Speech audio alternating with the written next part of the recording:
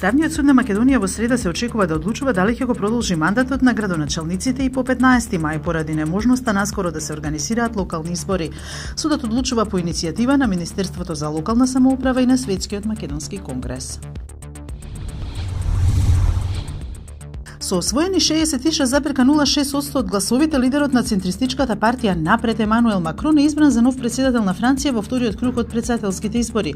Според резултатите што рано утринава ги соопшти Министерството за внатрешни работи, со преброени 99,99% од гласачките ливчиња, Марин Ле Пен, лидер на екстремно десниот национален фронт, освои 33,94% од гласовите.